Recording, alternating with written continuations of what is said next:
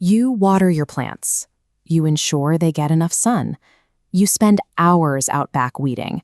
And still, you walk outside to check your tomatoes, only to find the leaves chewed full of holes and stems crawling with tiny insects.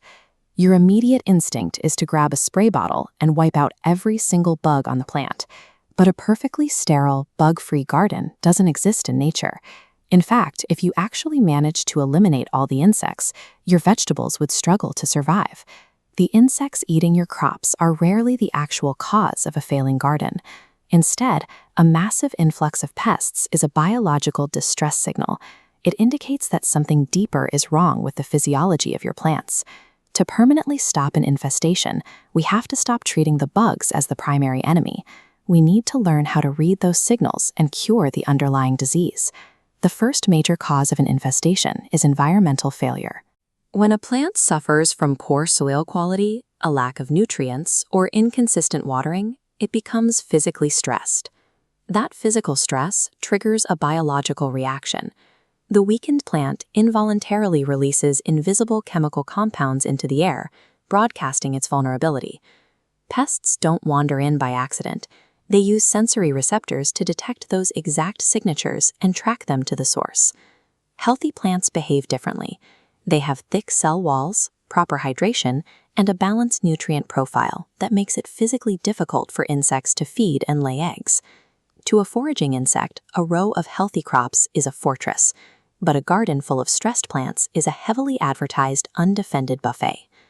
The second reason your garden might be overrun is that you accidentally removed its natural defense network.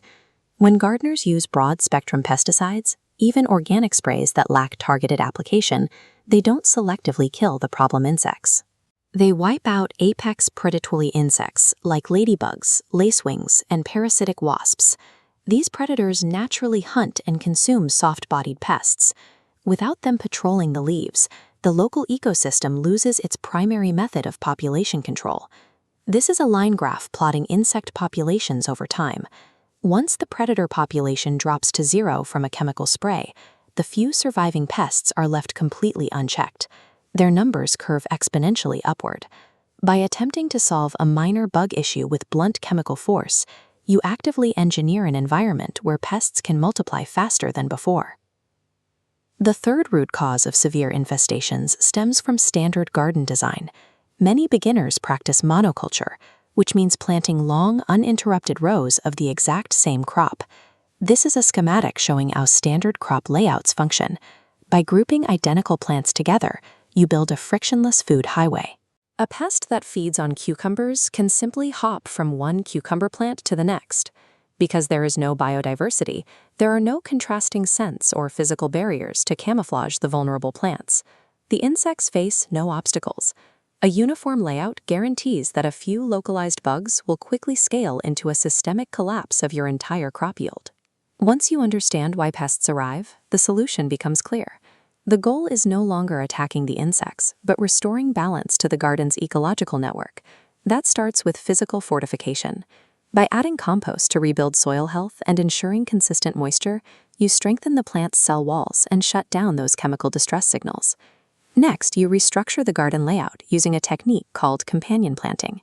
Companion planting is the practice of intentionally growing different types of plants close together so they can mutually benefit each other. This updated schematic shows how a diverse layout behaves. When you mix herbs, flowers, and vegetables together, you physically break up the food highway.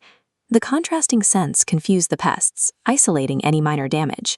At the same time, this added biodiversity invites those apex predators back into the yard. Planting marigolds, dill, and coriander provides habitat for the predatory insects that will police the pest population for you. Finally, your own behavior has to adjust. A few holes in a leaf are normal and should be tolerated. You only intervene if the system is truly overwhelmed, and you do so with hyper-targeted methods like neem oil. Neem oil is a natural extract pressed from the seeds of the neem tree that disrupts the feeding cycles of specific chewing insects without harming beneficial predators. When you stop trying to manage your backyard like a sterile factory and start fostering a self-regulating, living system, your perspective shifts. The bugs are no longer a frustrating enemy. They are your garden's most accurate diagnostic tool.